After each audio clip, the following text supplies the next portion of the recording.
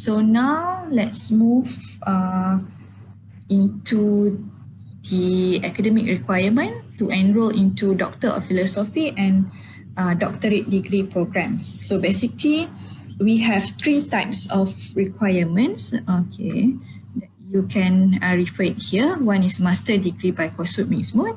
The second one is master degree by research mode, and the third one is a bachelor degree with minimum CGPA of 3.67 out of 4. Okay, if your previous qualifications is master degree by coursework and mixed mode, the minimum requirement is CGPA 3.0 out of 4.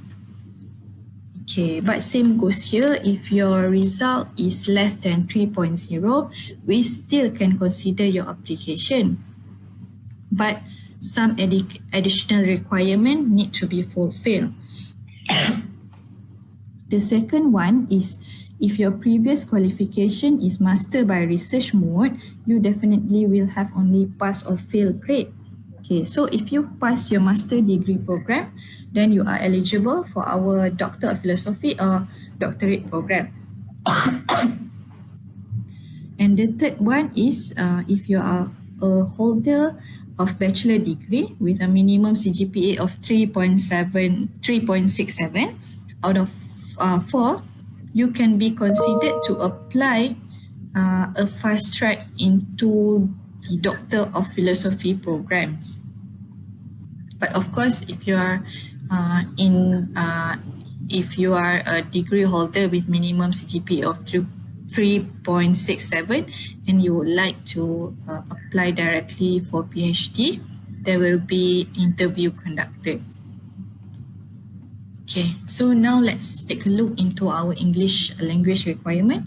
This is the requirement set by our university. Some of the school applied this requirement, but some of school didn't apply this. Okay, so you can refer it here. There are IELTS. If you are needed to fulfill the requirement, the English language requirements, you need to achieve at least IELTS minimum of band 5, TOEFL minimum score of 35, but for TOEFL only internet-based tests we accept in USM.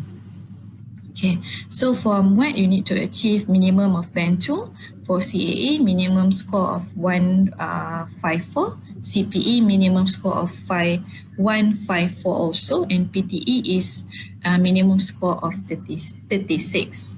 Okay. So, now let's move into the application process. Okay, first thing first, you need to know what programs you would like to apply. Okay, once you know your programs or which program that you would like to apply, then you can submit your application online. So everything will be online. You need to upload your document online. You need to upload your transcript online. You need to upload your scroll online. Everything is online. Okay, once you are done with the documentation, you submit the applications, and we will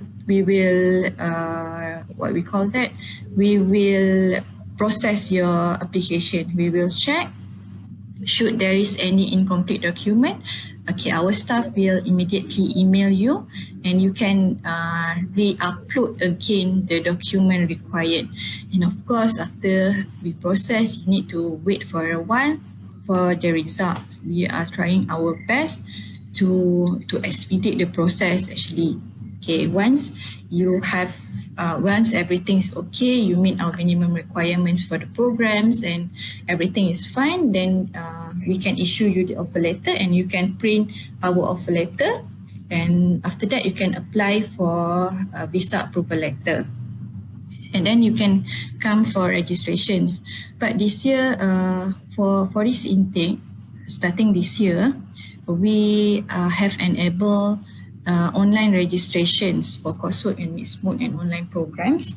So you basically can register online without having to come physically to campus. Okay, until further notice. Okay, until student will be informed on when did USM allow the student to come physically on campus. So the next is application process for research mode programs. So basically, the process is the same, but this one, if you can see here, there is a process for search potential supervisor. Okay. Okay, for research mode programs, you are advisable to search for your potential supervisor first before submit your applications. Okay, it is advisable because if you have searched for your potential supervisor and the supervisor have agreed, then the process will be very smooth without any delay. So basically the process is the same. You need to submit everything online, upload the documentation, submit your application, wait for result, print offer letter, and of course you need to, for international student, it is compulsory to have a visa approval letter or student visa. Then you can come for registrations and also or you can register online because we have enabled the online registration for candidates, for the students. Okay, now that's it for postgraduate studies. Should you have any further inquiries, you can ask me after this, or you can jot down this number. In case later you need to know more about our programs, or you need to know more details on everything and every programs, the admission requirements, the English requirements, you can just email to us at admission_ips@usm.my. You can also WhatsApp us at this number, and you can definitely call this number. Okay, and you can also browse through our admission website. Okay, so if you have any questions, feel free to ask me right now, and I'll answer to your questions. Thank you. Thank you, Miss Syafika, for the presentation untuk program S2 dan S3. Lengkap ya? Udah ada list jurusannya, sudah ada flow cara pendaftarannya juga. So, sekarang kami sudah ngecek di sosial media kita nih, karena dari tadi kita udah live. Miss Kiki. Yes. Ya, sebelum kamu pergi ke soalan kan, saya nak tanya kamu lah. Kamu tahu tak berapa ramai pelajar Indonesia di Malaysia? Wah, that I don't know. Semuanya, total. Semuanya, totalnya, keseluruhannya. I have no idea. Saya rasa banyak. Coba kamu tebak. Tebak aja. Ya, oke. Okay. Betul, kita tebak ke tembak? Tebak. Tebak ya, oke. Okay. Without the M in the middle, without the M. Oke. Okay. Alright. Kita guess ya. Oke, berapa? Ya, oke. PTN atau Universitas Negeri ada 30 something ke 20 something ya? 30 something ya? Apa Universitas Negeri? Universitas Negeri ada 20. 20 Universitas Negeri. Yeah. Total with private around 50 something. Total with private 200. Yang aktif yang ambil pelajar antarabangsa. Wow, ada 200 universitas. Keseluruhan PTN. 400. Tapi yang aktif yang mengambil pelajar antarabangsa ialah 200. Wah, ini fun fact banget nih, menarik nih fun fact-nya. Kamu tak jawab lagi soalan saya. Okay. What? I'm trying to calculate nih. Agaknya kalau satu campus nih ada 50 kan, ada 400, berapa tuh? 20.000, 2.000, 10.000? Tak capai 20.000, tapi itu cita-cita kita di Malaysia. Kita ingin menjadi education global hub ya di peringkat antarabangsa. Sekarang pelajar Indonesia di Malaysia ialah 7.543 orang. 7.543, 7.000-an orang ada di Malaysia, guys, tinggal di sana. Data ini sehingga tahun 2019. Oke. Jadi oleh kerana ramainya pelajar Indonesia di Malaysia ini, mereka ada persatuan, yaitu Persatuan Pelajar Indonesia di Malaysia, PPI. Oke, lagi satu lah saya mau tanya kamu. Kalau kamu tahu, siapa di USM ya, USM mereka mempunyai mantan menteri yang pernah belajar di Indonesia, di Malaysia, di USM. Coba tebak siapa itu? Jadi ada alumni USM yang jadi menteri di negara Malaysia. Siapa ya? Aku tahu kemarin. Bukan di negara Malaysia, di negara Indonesia. Oh Tapi iya? belajarnya di USM. Iya. Siapa ya? Coba I don't know. kita minta Miss Syafika lah, tolong jawab. Ada Ada tahu jawaban tak? Miss Syafika. Ada tahu siapa? Kiki, kamu nggak tahu ya? Gak tahu nih, kami nih gak update ya. Taunya kami malah taunya menteri yang di Malaysia itu loh, Menteri Oh. Pemuda dan Olahraga. Itu mantan juga itu. Kamu yang muda-muda kamu kenal. Yang muda-muda. Pak Nasir, kamu kenal enggak? Pak siapa? Pak Nasir. Nasir, is he the minister? Ya. Oh, oke. Nama lengkapnya siapa? Kok saya lupa ya. Nama? The full name. The full name. Okay, the full name. Muhammad Nasir. Oh, I see. Mantan Menteri Pendidikan Tinggi Indonesia dari tahun 2014 sehingga Okay. tahun 2019, masih baru kok. Baru ya? Sekarang kan udah digabung Kementerian Pendidikan Tinggi dan juga Kementerian Pendidikan Indonesia kan udah jadi satu. Yaitu Yes, sekarang betul ini Pak sekali. Nasdim Makarim. Tapi sebelum ini Pak Muhammad Nasir adalah pelajar di USM, S3-nya di USM. Wow, oke. Jadi sebelum kamu tanya soalan, saya bagi soalan dulu lah. Oke, kamu boleh teruskan, silakan. Ini kami jadi kayak di interview nih, kayak lagi tanya jawab. Gak apa-apa. Biasanya kakak yang nanya-nanya sama speakernya, sekarang malah kami yang ditanya. But it's okay, itu fun fact seru banget loh ya. Ternyata orang penting di Indonesia sekolahnya di USM. Nah, mau jadi menteri nggak nih kalian? Yang mau jadi menteri, sekolah deh di USM nih. Terbukti sudah ada yang alumni USM jadi menjabat posisi penting di negara kita. Artinya apa? Artinya sekolahnya bagus. Oke, aku udah mulai ngumpulin pertanyaan-pertanyaan nih yang kakak akan tanyain sama kita start with Enci Aswad ya untuk program Ya. S1 nih. Banyak banget yang tanya soal program S1 Enci Aswad. Tadi dari presentasinya ada Enci Aswad cakap dari ada 54 jurusan and then 33 jurusannya you have to interview first. Interview itu bagian dari syarat penerimaan. Biasanya interview itu dilakukannya before we got conditional offer letter, maknanya sebelum dapat conditional offer letter, or after? Before. And then Yeah, before. how are we going to conduct it? I mean online? Yes. I see. Yes, Is it- exactly. Secara online. Okay, Sama ada macam melalui Skype, Webex, atau Zoom. Depends to the schools ataupun I see. faculty. Yeah. Faculty, okay. Hmm. Nah, related to this interview test, tadi juga Mr. Aswad ada mention about jurusan yang jadi favoritnya mahasiswa Indonesia nih. Di list itu ada 10 lah ya, ada 10. Yang And then popular. you did, ya yang popular, that's right. And you did mention ada 3 lagi yang lagi ramai Indonesia yang apply. Apa aja tadi, can you repeat back the 3 courses yang ramai Indonesian-nya? Ada 3 yang ramai pelajar Indonesia, iaitu Ya. management ataupun Management. pengurusan, kemudian architecture, seni bina, and then English for professional. English for professional. And for those 3 programs, kena interview tak? Okay, yang ada interview, architecture yes, ada interview, and management. Management, Yeah, architecture, management just for formality. Biasanya interview management simple aja. Kalau architecture perlu drawing juga sebab nak tengok dia punya talent.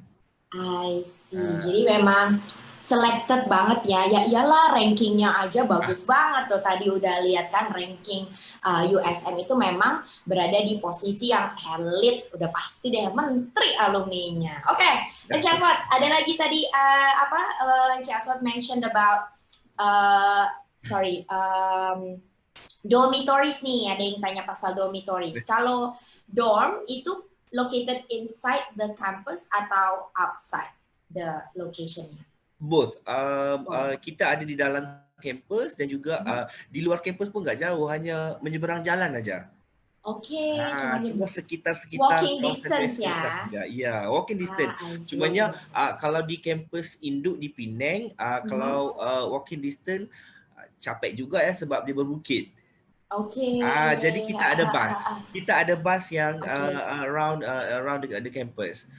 Kalau di kampus kesihatan dan juga engineering campus, just walking this because kampusnya enggak besar. Jadi tidak ada bus. Hanya di main campus yang ada bus because kawasannya lebih besar dan juga berbukit. Kalau jalan memang capek lah. Kalau saya pun berpeluh basah juga baju. Iya ya, tapi kan mahasiswa masih muda, jadi masih kuat. Betul. Oke. Nah, deadline submission for application. Kan dalam setahun ada 2 intake ya. Iya, untuk betul. UG. Ada deadline tak? Is it the same September and February? Okay, untuk for this year intake is October. Right. Jadi pada tahun ini kita akan cut date untuk proses pada 7 ataupun 8 Ogos.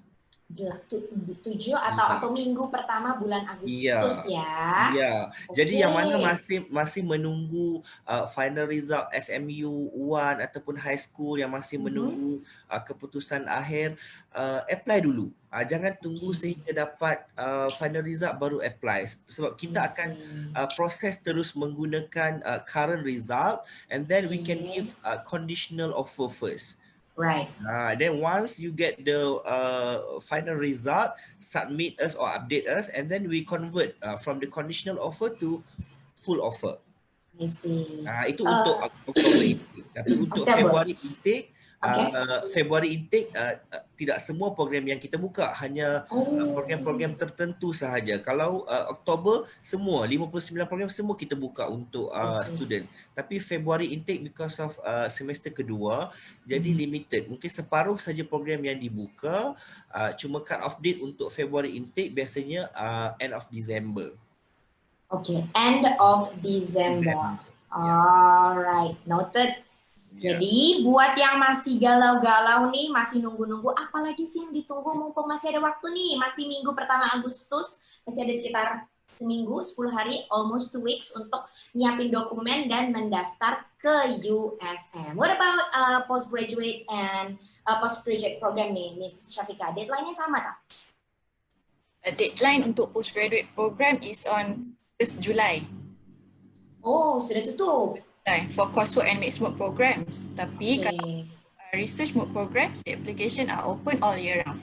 All year round. Applications. I see. Setahun hanya satu saja intake yang yang coursework mixed mode. Coursework mixed mode programs. Kalau untuk intake, this coming intake, dia punya deadline is on 31st of July. So basically the intake is in February and in September. So they said Okay. The July deadline ini setiap tahun sama untuk postgraduate program atau because of the Corona year? Okay, usually it's on June, 31st of June. Okay. Alright, okay. I think same goes to undergraduate also ya. The August deadline akan berubah tak? Next year also August juga ke? Ya. Next year, because next year semester akan kembali normal. Cuma pada ini because of pandemic COVID, jadi dianjak ke Oktober. Tahun depan akan back to normal, which is deadline-nya September. Jadi deadline-nya biasanya end of July. July, okay. So untuk February deadline-nya in November, I guess. Yeah. Alright.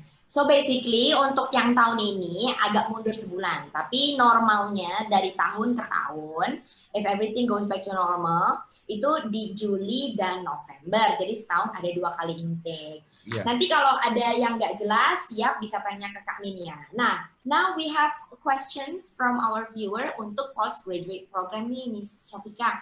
Ada yang tanya, ada beasiswa atau scholarship untuk MBA program nggak di USM? Okay, kalau untuk MBA, the program is coursework and mixed mode program. So our financial assistance only sponsor for research mode programs. Okay. So the answer is a no for MBA. Okay, so untuk MBA belum ada scholarship nih. Okay. Gak apa-apa, nanti yang penting kan bisa masuk ke USM itu udah itu udah bonus gitu. Karena memang kampusnya yang tadi ya sudah dijelaskan kualitasnya alumni-alumninya. Alright, kita lihat lagi. Oke, ini ada pertanyaan juga mengenai part-time. Is it allow for students yang coursework, kalau yang postgraduate, kalau yang S1 yang sekolah ke sana, untuk have a part-time job? What are the requirement? Ada syarat-syarat ke? Ada maximum hours ke? S1, SPK? Ya, untuk anak S1 for undergraduate. Sorry again, Miss Kiki. About part-time opportunities. Boleh tak student yang international student yang mau part-time kerja di while study, is that kind of opportunity ada? Part-time study ya. Part-time kerja. Oh, okey. Sebenarnya visa purpose visa untuk study. Study. Okay. Cumanya mungkin Cik Megat boleh explain detail because ada syarat-syaratnya tu bila memegang pas pelajar. Sefaham saya jika pegang pas pelajar mungkin masa cuti tu dibenarkan untuk kerja part time, tapi duration masa pengajian tu macam agak suka because kita bimbang dilanggar immigration punya aturan ya. Tapi mungkin Cik Megat boleh explain detail berkenaan part time kerja itu. Okay, maybe ada maximum hour karena memang ada sebagian yang juga penasaran nih kalau part-time opportunities tuh is it possible or not? But it's okay. Ya, benar ada. Tapi nanti saya sedang mencari lagi. Alright. Sumber-sumber yang lebih tepat untuk saya jawab. Saya sedikit. Tapi kalau if I can share a little bit, tapi it's a story from different campus lah, but also university in Malaysia. Seingat saya ada maximum hours per month ke per week about 15 hours gitu. So actually student boleh part time, tapi ada maximum hours-nya. And also pekerjaannya itu harus yang part time, nggak boleh full time gitu. Oke, kalau pertanyaan about living cost nih di Penang, living cost-nya itu is it as expensive? Bukan is it like Kuala Lumpur in terms of cost untuk makan, let's say dia leisure, jalan-jalan atau beli keperluan kesehariannya? What are the range for living cost in Penang campus? Maybe Cik Aswat atau Miss Syafika nih perempuan biasanya mungkin tahu. Ya, biasanya living cost ni depends how is your lifestyle actually. Yeah. Kalau range deh, let's say range paling bawah. Like let's say RM1,000, is it too low? Macam tak bu, RM1,000 dah cukup gitu atau berapa? Range paling bawah. Kalau sebulan less than 1,000. Even for hostel actually, for for USM hostel for S1, we only charge USD one USD per day. Okay. Then makan liburannya murah kalau di compare dengan Kuala Lumpur, of course. Di ibu kota lebih tinggi. Tapi di Penang, di Kelantan sangat murah, especially makan. Kalau makan di Kelantan lagi murah, separuh daripada Penang boleh dapat harga. Oh iya, tadi kan juga Encik Aswat ada mention kampusnya USM itu nggak cuma di Penang ya, jadi ada beberapa lokasi dan setiap lokasi living cost-nya jadi bervariasi berbeda-beda. Encik Aswat, tadi about tuition fee yang $1,500, the one that you presented, is it already included dormitories atau kena tambah lagi with the dormitories? Belum lagi, itu hanya tuition fee sahaja ya. Yang dormitories, all the facilities lain-lain belum dikira lagi. Belum dikira lagi. Ada range mungkin maybe Encik Aswat boleh share sedikit? Kejap. Range for dormitories tadi ada satu USD per day. About 300 to 500 per semester. Per semester. USD ya untuk dormitories. 3 to 500 USD per semester. Okay. Facility pun sama, facility charges. Ya. All facilities, hostel ataupun dorm, and then welfare students. Okay. Altogether about 300 to 500 per semester. I see. All together, si All service, si yeah. asrama, welfare itu tambahan lagi di luar 1.500 USD dollar semester biaya tuition fee. Itu sudah dalam satu semester ya. Iya. Oke, jadi kalau dihitung-hitung tuh sebenarnya bulanannya tetap ekonomis nih, tetap terjangkau gitu. Murah banget di USM. Murah banget. Actually kan, my husband is alumni OUSM loh. Oh really? Yeah, saya juga sekolah di sana lah, tapi different campus. And then jumpa jodohnya di USM. So Penang is like my second home. Okay. Saya dah jumpa tadi soalan yang kamu tanya tadi pasal part time. Part time. Oh, tapi sebelum pergi ke jawapannya. Ya. Di Malaysia kita juga ada UPSI ya, tapi kita kan nak cakap pasal UPSI tadi sebab kamu cerita pasal suami kamu di USM. Ya. Kamu di UUM ya? Right. So kita utara. Kalau UPSI ya, Universiti Pendidikan Sultan Idris itu kalau disingkatkan menjadi Universitas Pertemuan Suami Isteri. Itu dia. Tapi hari ini kita nak cakap pasal USM. Jadi terhangga rupanya kamu bisa juga jumpa walaupun di kampus yang berbeza. Luar biasa. Okey. Bekerja sambil belajar. Mahasiswa internasional diperbolehkan bekerja secara tidak tetap. Tidak melebihi 20 jam seminggu. Tapi hanya semasa lama waktu liburan yang berlangsung. Jadi hanya dibenarkan untuk bekerja bukan secara tetap dan ketika semester break sahaja. Itu yang dibenarkan. Sebab apa kita tak benarkan? Sebab kita nak anak-anak ini pelajar ini fokus dan tamat belajar. Kalau mereka ni kerja, lepas tu belajar, takut nanti hilang fokus. Akhirnya tak graduate. Tapi jangan risau, di Universitas Malaysia ini kita banyak, saya yakin USM punya juga ada. Mereka ada internship program. Jadi kalau sudah habis belajar nanti ataupun sedang belajar, boleh internship. Dan kita ada syarikat-syarikat Malaysia yang ada di Indonesia. Jadi boleh nanti kerja di sana. Kita ada Maybank, kita ada CIMB. Jadi banyak ada. Kita ada Khazanah pun ada buka syarikat di sana. Di Indonesia. Itulah jawapan saya. Oke, nice. Jadi kesempatan kerja part-time itu ada ya. Maksimum 20 jam per minggu dan hanya di periode lagi libur. Benar. So yang tanya-tanya soal making money while belajar itu mungkin masih diizinin. Dan jangan lupa soal internship itu nih, bahwa at the end of your school program you actually harus menjalani praktek kerja atau praktikum atau internship. USM juga sama ya, Mr. Aswad. That the final syarat kelulusannya itu kita kena internship for 1 semester. Is it the same atau beza, Mr. Aswad? Encik Aswad boleh jawab pasal internship atau praktikum? Okay, internship ataupun praktikal,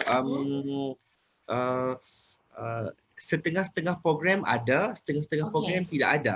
Ya, jadi kita beri kebebasan kepada pelajar untuk memilih di mana dia nak buat praktikal.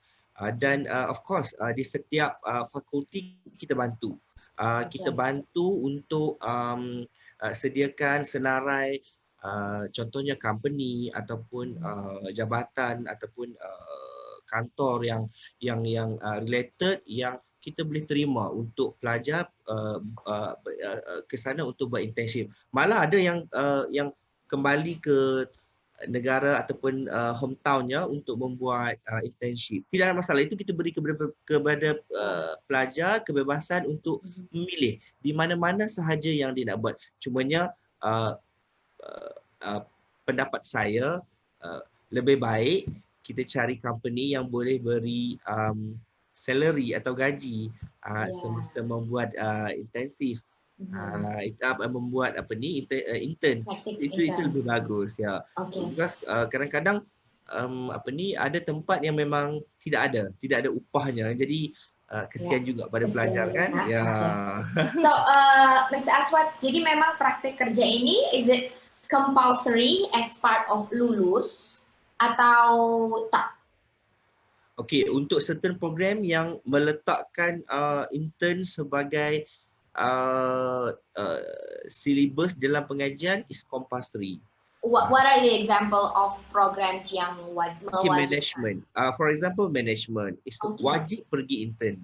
Okay. Tapi kalau pelajar mengikuti program contohnya sains matematik, terpulang sama ada hendak pergi ataupun tidak, because dia I tidak see. ada di dalam syarat graduate. I see. Tapi kalau management, architecture wajib.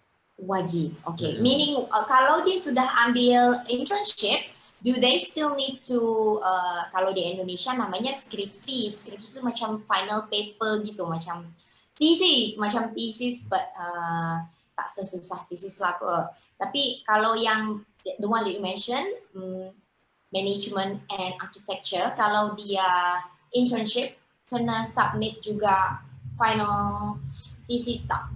Atau pilih satu? Setakat ini tidak ada option sama ada untuk tesis ataupun intern. Cumanya mungkin ada setengah-setengah program yang diberi pengecualian because of experience kerja. Mungkin sementara menunggu sambung belajar, dia ada kerja dan bukti-bukti itu boleh cuba memohon dengan fakulti, because all the pengecualian itu bergantung kepada fakulti. Jadi sebagai contoh untuk Malaysian yang mana telah ada diploma, ada certain paper ataupun intern yang boleh diberi pengecualian. Jadi kalau pelajar daripada Indonesia mungkin dah ada paper ataupun pengalaman kerja ataupun intern di mana-mana sebelum ini, jadi boleh memohon semasa mendaftar, dan it depends to the school, because school will review all the experience and whatever study before dia datang ke USM. Okay, thank you so much for the clarification. Udah jelas banget sekarang ya, part-time bisa, internship bisa, mau pilih tesis aja, nggak internship juga bisa. Memang sangat-sangat mengakomodir segala macam pilihan-pilihan yang mahasiswa mau. Oke, kita udah 1 jam nih ngobrol-ngobrol soal USM. Before we end our live talk session, is there anything else? Maybe Encik Megat mau tambah, Miss Syafika or Mr. Aswad, perhaps? Gak ada lagi? Semua sudah? Satu saja saya nak tambah, tadi saya tertinggal. Okay. Di USM untuk S1, kita menawarkan program S1 yang berbentuk multidisiplin. Multidisiplin maksudnya, actually is a selling point to USM actually, which is multidisiplin, pelajar boleh mengikuti bidang lebih daripada satu. Sebagai contoh management, dia pilih degree in management, majoring in finance, minor, whatever minor yang ada dalam USM dia boleh memohon. Sebagai contoh music, kalau pelajar tu minat music, degree in management, majoring in finance, minor in music ataupun acting ataupun psikologi, they can cross school. Okay, dan itu akan ambil apa? Our SKS kalau di Indonesia sebutnya apa? Our apa tuh? Credit hour. Credit hour, Yes, dia ambil kira dalam. How many credit hour? Yeah. How many credit hour for the music? The minor one? The minor one kalau tak silap saya dalam 16 to 20. Oh, banyak juga. Ya, banyak juga because dia adalah bidang pengajian kedua. Jadi that's why kita panggil konsep pengajian kita multidisiplin. Pelajar boleh mendapat lebih daripada satu bidang. Jadi di dalam krunya nanti akan terpapar degree in management, majoring in finance sebagai contoh, minor in music. So for future, kalau nggak mau kerja dalam bidang management, dia ada option untuk kerja dalam bidang yang berkaitan music ataupun bidang-bidang lain. Correct. Jadi mahasiswa USM ini bisa jadi mahasiswa yang ilmunya tuh lengkap. Nggak cuma bisnisnya aja, di musiknya pun kamu bisa mendalami. Gitu. Jadi passionnya juga difasilitasi oleh pihak USM. Bagus banget sih nih USM nih. Jadi ingat ya, deadline masih ada 2 minggu lagi yang minat kuliah ke USM yang lokasinya ada di Pineng.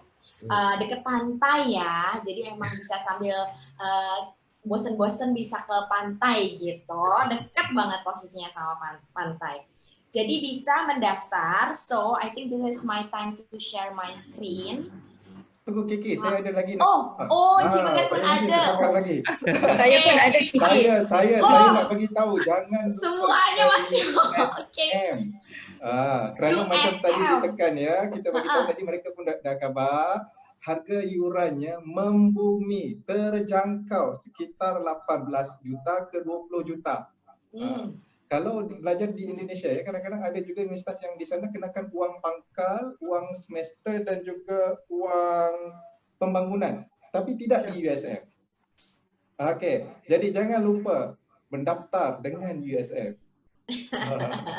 Tuh, ingat ya, di Malaysia nggak ada uang pangkal, ya kan? Cuma uang semesteran, uang asrama, sama uang keperluan untuk kesananya, gitu. Terjangkau, udah pasti. Silakan aja ntar kita ngobrol-ngobrol untuk totalin biaya yang kamu perluin. Jauh bisa dibandingin sama universitas-universitas lainnya. Pasti terjangkau. Oke, Miss Syafika, silakan ada lagi terakhir yang ingin disampaikan? Okey, ada lagi. Seperti yang saya bagi tahu sebelumnya, the application deadline is on 31st July. Tetapi memandangkan pelajar tidak perlu hadir secara fizikal ke USM, so we extend the deadline until 31st of August. 31st of August. Wah, good news nih, good news. Buat yang program S2 dan S3 coursework sampai 31 Agustus masih bisa ngedaftar ke USM. Tuh yang tadi nanya soal MBA tuh boleh hubungin. Boleh lagi. Boleh lagi, masih ada waktu. Boleh lagi. So don't worry ya. Oke. Another good news. Another good news. Okay, another good news is buat masa sekarang USM ada menawarkan biaya untuk program penyelidikan selama 2 semester free tuition fee. 2 semester free 2 semester free tuition fee. Wah, ini untuk postgraduate ya? Postgraduate programs. So details boleh tengok dekat kami punya admission website. Oke, admission website. Alright. Wah, bonusnya 2 nih dari USM. Deadline-nya mundur, plus ada diskon. Siapa yang nggak mau diskon? Udah, sekarang Kiki boleh ngomong ya? Boleh. Alright. Jadi yang tadi kepo soal mana nih video aku? Finder ya? Wait. Oh, let me see. Okay, there you go. Ya, alright. Nah, jadi yang kepo, masih kepo-kepo atau mungkin tadi nonton live-nya ketinggalan, baru nyusul di tengah-tengah, bisa cek di Instagramnya UEC.education, terus ada nomor telepon admin kita di 08780280203301, atau bisa datang ke office-nya UEC Education yang berlokasi di Jalan MH Tamrin nomor 8, Bella Nova Mall, Sentul City, Bogor, untuk tanya-tanya soal deadline yang mundur dan diskon 2 semester. Nah, jadi kakak tunggu ya, yang mau datang ke mau nanya-nanya, mau lewat WhatsApp dulu boleh atau telepon boleh. Oke, thank you so much Miss Syafika, Enci Aswat, and also Enci Megat for today's session untuk University Science Malaysia. Untuk yang S1 deadline-nya masih ada, yang S2 deadline-nya masih lebih panjang lagi. See you in another episode of UEC Bedah Kampus Perguruan Tinggi Negeri di Malaysia. Bye-bye. Assalamualaikum. Selamat sore.